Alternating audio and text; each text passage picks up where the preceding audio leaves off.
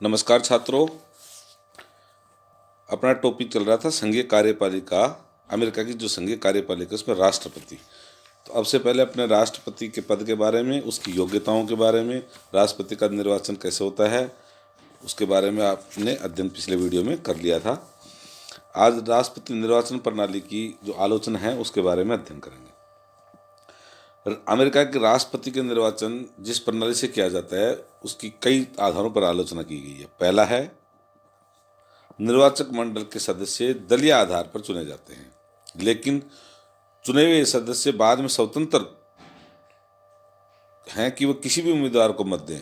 लेकिन साधारणतया ये देखा गया है कि वे अपने ही राजनीतिक दल का समर्थन करते हैं, किंतु कई बार ऐसा हुआ है कि किसी दल के निर्वाचक मंडल के सदस्य ने किसी अन्य दल के उम्मीदवारों को अपना मत दिया है। दूसरी है, ये बहुत गंभीर त्रुटि है, निर्वाचन प्रणाली इस बात में निहित है कि राज्य विशेष में जिस राजनीतिक दल को बहुमत प्राप्त होता है उसे उस राज्य के सभी निर्वाचकों को चुनने का अधिकार प्राप्त हो जाता है। इस बात के कारण चुनाव परिणाम बहुत त्रुटिपूर्ण रूप में से सामने आते हैं। जैसे सन 1860 से 1912 में क्रमशः अब्राहम लिंकन और विल्सन जब राष्ट्रपति चुने गए थे तो उन्हें देश की जनता का बहुमत नहीं मिला था। इसी प्रकार तीसरी है,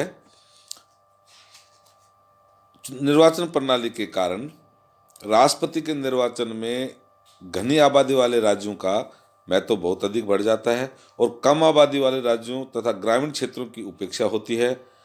पिछले लगभग 100 वर्षों में राष्ट्रपति पद पर विजयी सभी उम्मीदवार बड़े राज्यों से ही थे। तो संघात्मक व्यवस्था के अंतर्गत व्यवहारिक राजनीतिक दृष्टि से उसे उचित नहीं कहा जा सकता। और चौथा है, निर्वाचन प्रणाली के आधार पर यह आलोचना भी की जा सकती है कि यदि निर्वाचक मंडल के मतदान के परिणाम स्वरूप किसी भी उम्मीदवार को आवश्यक बहुमत प्राप्त न हो और ऐसी स्थिति में राष्ट्रपति का निर्वाचन प्रतिनिधि सभा द्वारा किया जाए तो परिणाम उसमें सर्वदा भिन्न हो सकता है और साधारणतया होना चाहिए था। इसी प्रकार पांचवी है, 2000 ईस्वी में राष्ट्रपति चुनाव में अमेरिकी चुनाव व्यवस्था और राष्ट्रपति के चुनाव की प्रक्रिया में एक त्रुटि सामने आई। भारत में चुनाव संबंधी समस्त कार्यों को स्पष्ट करने के लिए स्वयं संविधान द्वारा ही एक संस्था चुनाव आयोग की व्यवस्था की गई है, लेकिन अमेरिका में चुनाव कार्यों को संपन्न करने के लिए चुनाव आयोग जैसी कोई स्वतंत्र और केंद्रीय संस्था नहीं है। अब राष्ट्रपति पर महाभियोग की प्रक्रिया। अमेरिका के संविधान के अनुच्छेद 2 की उपधारा 4 के अनुसार राष्ट्रपति को केवल महाभियोग के आधार पर ही हटाया जा सकता है। और महाभियोग कब लगाया जाता है?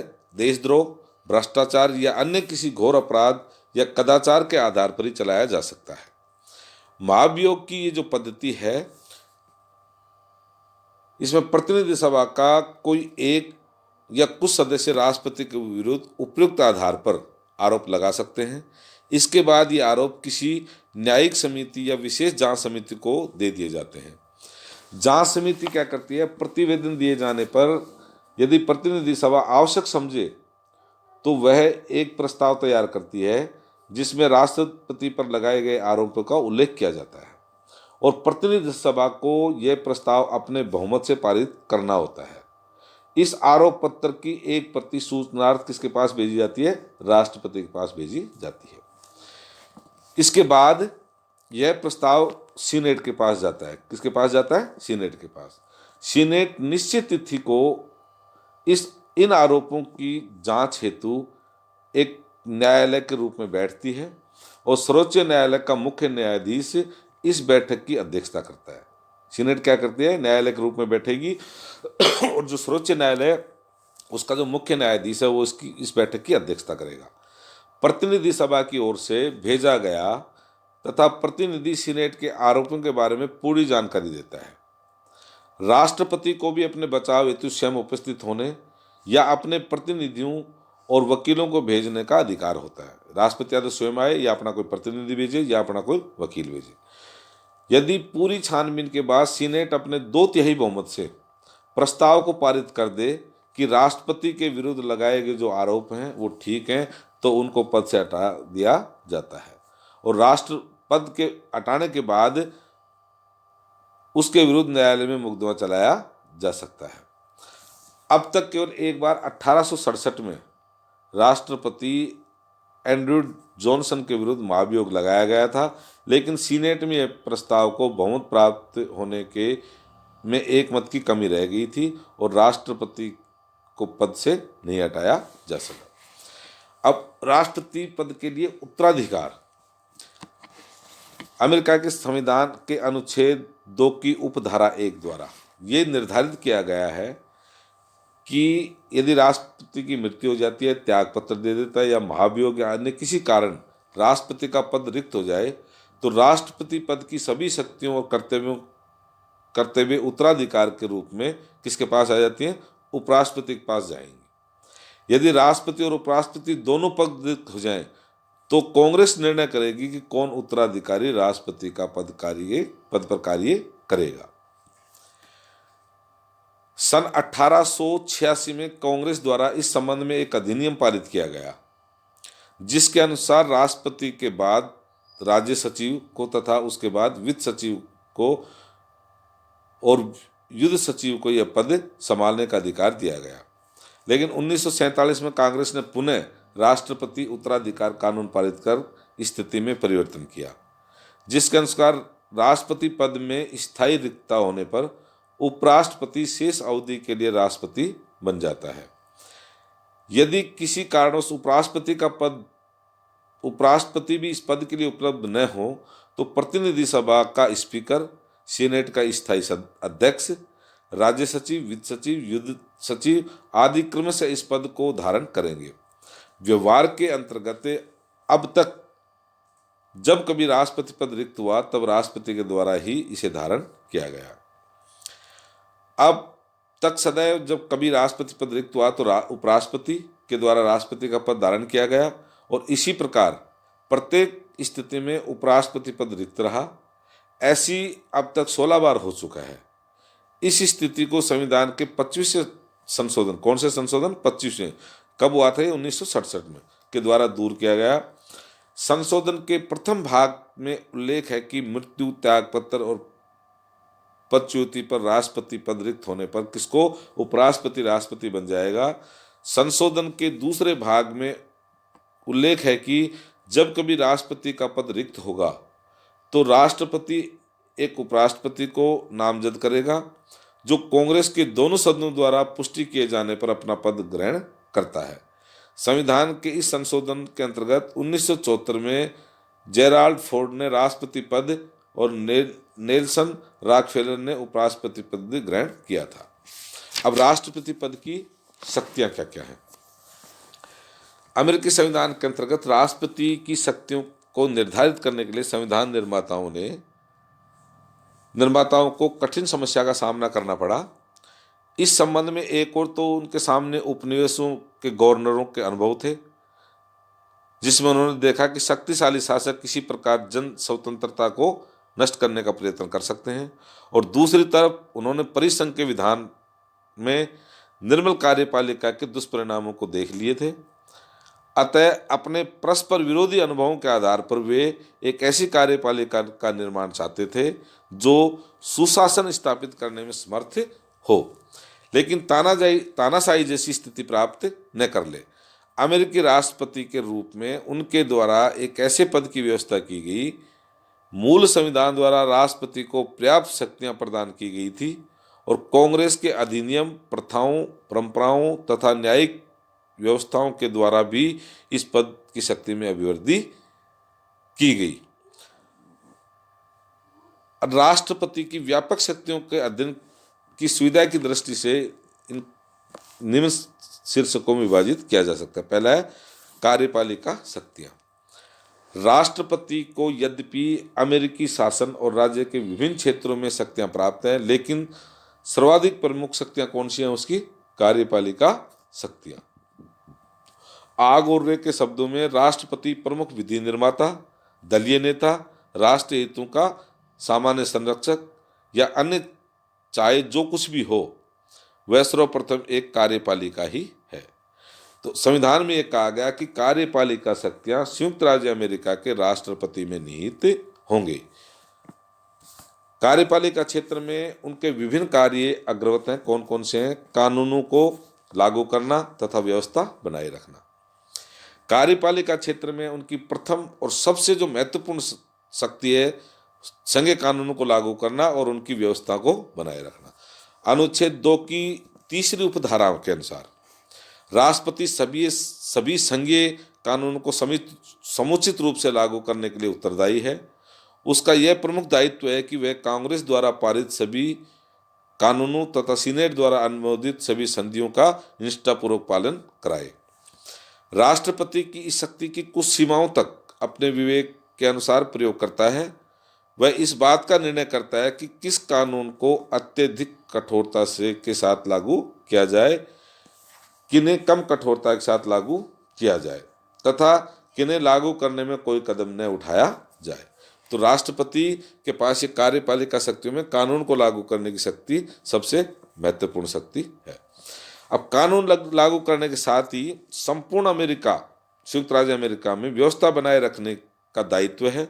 इस दायित्व का संवैधानिक आधार संविधान के अनुच्छेद 4 में यह वर्णित किया गया है कि संघीय सरकार प्रत्येक राज्य में एक गणतंत्रीय सरकार की गारंटी देती है और प्रत्येक राज्य को भारी आक्रमण तथा आंतरिक हिंसा से रक्षा करती है।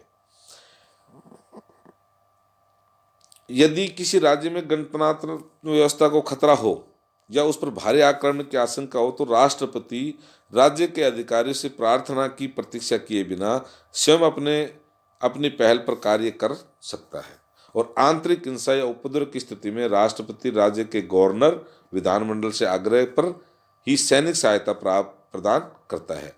लेकिन यदि स्थिति संघीय कानूनों की क्रियान्वयन में बाधा उपस्थित हो और संघीय संपत्ति या अंतर्राष्ट्रीय वाणिज्य को खतरा हो तो राष्ट्रपति अपनी पहल पर भी कार्य कर सकता है। दूसरा है इसमें कार्यपालिका शक्तियों में प्रशासन का संचालन।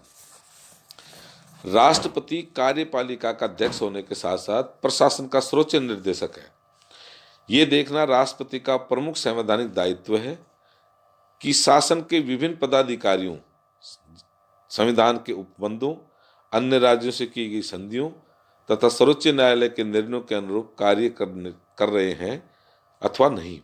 राष्ट्रपति द्वारा इस हेतु एक अध्यादेश, अनुदेश, नियम, उपनियम आदि आदेश जारी किए जा सकते हैं, जिसके द्वारा विभिन्न विभागों के अध्यक्षों तथा अन्य अधिकारियों को आदेश जारी किए जा सकते हैं कि संबंधित अधिकारियों के लिए इन आदेशों का पालन करना अनिवार्य होता है। वह प्रत्येक विभाग के अधिकारी से किसी विषय पर प्रतिवेदन या सम्मति की मांग कर सकता है। कार्यपालिका शक्तियों में तीसरी शक्ति है नियुक्ति और पदच्युति की शक्ति। राष्ट्रपति की एक महत्वपूर्ण शक्ति विभिन्न पदाधिकारियों की नियुक्ति से संबंधित है। राष्ट्रपति वास्तविक प्रशासन शक्ति प्राप्त करता है और कांग्रेस पर अपना प्रभाव स्थापित करता है। संविधान में संघ सरकार द्वारा की जाने वाली नियुक्तियों को 2 भागों में बांटा है। कौन कौन सी? वे उच्च पद जिन पर राष्ट्रीय सीनेट के परामर्श और बहुमत की सहमति से नियुक्ति कर सकता है, और दूसरा है वे निम्न पद जिन पर कांग्रेस की सहमति से राष्ट्रपति स्वयं अथवा विभागीय अध्यक्ष द्वारा न्यायालय नियुक्तियां कर सकता है। क्योंकि संविधान में निम्न पदों की व्याख्या नहीं की गई, इसलिए यह निश्चित करना कि निम्न पदों के अंतर्गत कौन अधिकारी आते हैं कांग्रेस के अधिकार में है और वहीं इन पदों पर नियुक्ति के ढंग को निश्चित कर सकती है। अब संविधान के अनुसार जैसे राजदूत, अन्य प्रदूतों, वाणिज्य दूतों, सर्वोच्च न्यायालय के न्यायाधीशों, विभिन्न आयोग के अध्यक्षों, उनके सचिवों, विभिन्न संघीय आयोगों के सदस्यों, चुंगी अधिकारियों, राजस्व अधिकारियों तथा सेना और नौसेना में उच्चाधिकारियों की नियुक्ति राष्ट्रपति कर सकते हैं, परंतु सीनेट के द्वारा अपने बहुमत से इन नियुक्तियों की पुष्टि की जाना अनिवार्य है।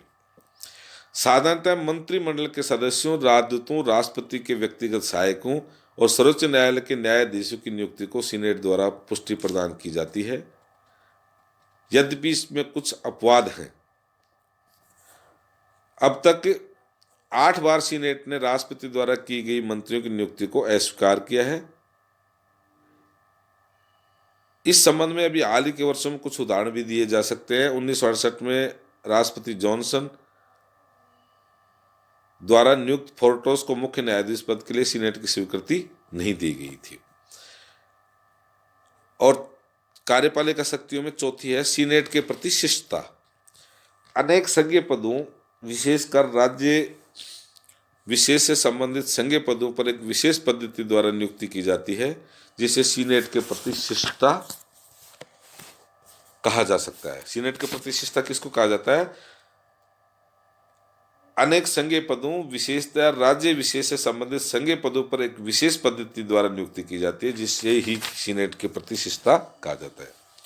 यह एक अलिखित नियम या परंपरा है जिसके अनुसार राष्ट्रपति अपने दल के उन सीनेट सदस्यों से नियुक्ति के संबंध में मंत्रणा करता है जो उस राज्य की ओर से सीनेट के सदस्य हैं जिसमें नियुक्ति करनी है। यदि राष्ट्रपति ऐसा नहीं करता और अपनी निजी इच्छा से नियुक्ति करता है तो वह अपने सदस्य सीनेट के प्रति शिष्टता के नियम का अनुसार संभवतः राष्ट्रपति द्वारा की गई नियुक्तियों को अस्वीकार कर देते हैं। इसमें पांचवी कार्यपालक शक्ति में क्षमादान का अधिकार।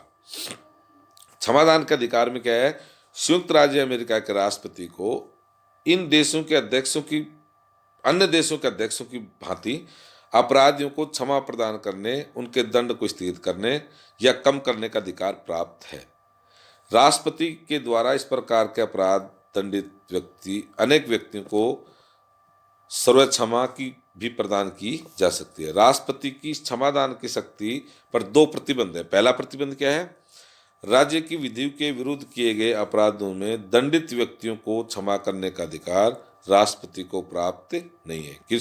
कौन सा अधिकार प्राप्त है? राज्य की विधि के विरुद्ध किए गए अपराधों में दंडित व्यक्तियों को क्षमा करने का अधिकार राष्ट्रपति को प्राप्त नहीं है। वह केवल संघीय विधि के विरुद्ध, किसके? केवल संघीय विधि के विरुद्ध किए गए अपराधों में ही क्षमादान कर सकता है। दूसरा है, राष्ट्रपति महाभियोग द्वारा दंडित व्यक्ति को क्षमा प्रदान नहीं कर सकता है। ठीक है। इसी में है छठी, परराष्ट्र संबंधों का संचालन।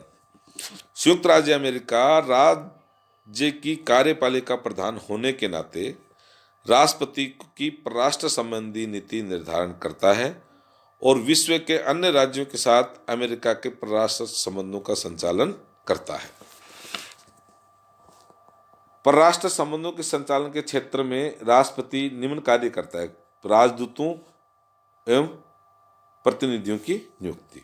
दूसरा, अमेरिकी विदेश नीति का प्रवक्ता। अमेरिकी राष्ट्रपति विदेश नीति का प्रमुख प्रवक्ता होता है तथा कांग्रेस को समय समय पर भेजे गए राष्ट्रपति के संदेश द्वारा की गई महत्वपूर्ण विदेश नीति संबंधी उद्घोषणाओं को जन्म दिया गया, यथा अलगाव सिद्धांत, मुनरो सिद्धांत, ट्रूमैन का 4 सूत्रीय कार्यक्रम, मध्य पूर्व की ऑर्गेनाइजर आइजनहॉवर सिद्धांत। राष्ट्रपति द्वारा घोषित इन सिद्धांतों ने अमेरिकी राजनीति में अमेरिका की भूमिका को निश्चित किया। तीसरा है विदेशी सरकार को मान्यता प्रदान करना। विदेश नीति के क्षेत्र में राष्ट्रपति को एक अन्य उल्लेखनीय शक्ति विदेशी सरकार को मान्यता प्राप्त करने की प्राप्त है। इस अधिकार का प्रयोग राष्ट्रपति स्वविवेक से करता है और कभी कभी वह इसे विदेश नीति के महत्वपूर्ण साधन के रूप में भी प्रयुक्त करता है। अगली है परराष्ट्र संबंधों में संधियां और प्रशासकीय समझौते। वैदेशिक नीति से संबंधित राष्ट्रपति का सबसे प्रमुख कार्य विदेशी राज्यों से संधि या समझौते करना, लेकिन ये संधियां तभी वैध समझी जाती हैं जबकि राष्ट्रपति द्वारा अपने 2/3 बहुमत से उनकी पुष्टि कर दी जाए। राष्ट्रपति द्वारा सीनेट द्वारा। यदि सीनेट राष्ट्रपति की विरोधी हो तो राष्ट्रपति स्वेच्छानुसार संधियां कभी भी नहीं कर सकता। संधि द्वारा वर्साय की संधि का अनुसमर्थन न किए जाने के कारण ही अमेरिकी राष्ट्र संघ का सदस्य नहीं बन सका। इसलिए संधि और प्रशासनिक समझौतों का समर्थन भी राष्ट्रपति करता है। 7वें है विदेशों में अमेरिकी नागरिकों का संरक्षण। राष्ट्रपति का यह कर्तव्य है कि विदेश यात्रा करने वाले सभी प्रवासी अमेरिकी नागरिकों को संरक्षण प्रदान करे। यदि प्रवास काल में अमेरिकी नागरिकों के साथ वहाँ दुर्व्यवहार किया जाता है तो राष्ट्रपति ऐसे मामलों में हस्तक्षेप कर हर जाने की मांग कर सकता है। और 8वां, सशस्त्र बलों का प्रधान सेनापति।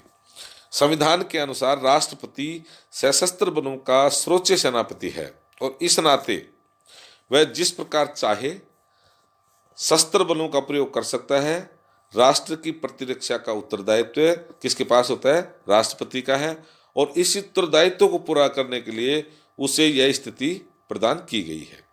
संविधान के अनुसार युद्ध की घोषणा करने की शक्ति कांग्रेस को प्राप्त है, लेकिन सशस्त्र बलों को आदेश देने और युद्ध का संचालन करने की शक्ति किसको प्राप्त है? राष्ट्रपति को। व्यवहार के अंतर्गत राष्ट्रपति सशस्त्र बलों का प्रयोग इस प्रकार कर सकता है कि कांग्रेस के सामने युद्ध घोषित करने के अतिरिक्त कोई मार्ग न रहे।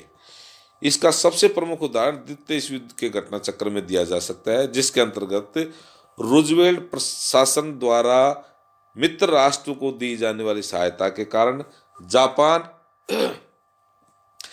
द्वारा अमेरिकी जहाज पर्ल हार्बर को नष्ट किया गया और ऐसी स्थिति उत्पन्न होने पर कांग्रेस को जापान और ध्रुवीय राष्ट्रों के विरुद्ध युद्ध की घोषणा करनी पड़ी।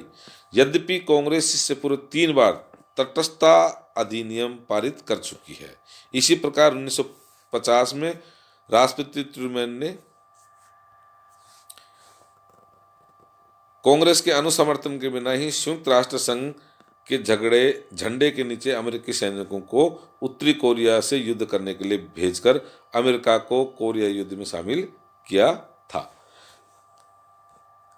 सर्वोच्च सेनापति के रूप में राष्ट्रपति व्यापक शब्दों का प्रयोग करता है। यह निश्चित करता है कि सेनाएं एकत्र की जाएं और हवाई अड्डे, जहाजी बेड़े कहाँ स्थापित किए जाएं।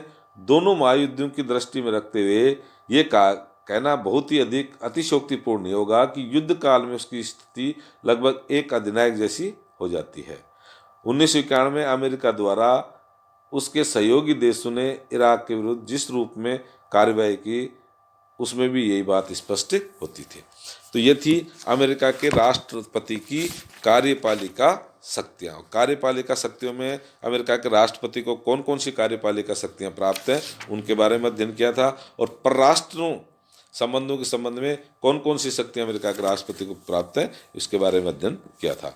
अब अगली विधायी शक्ति अगले वीडियो में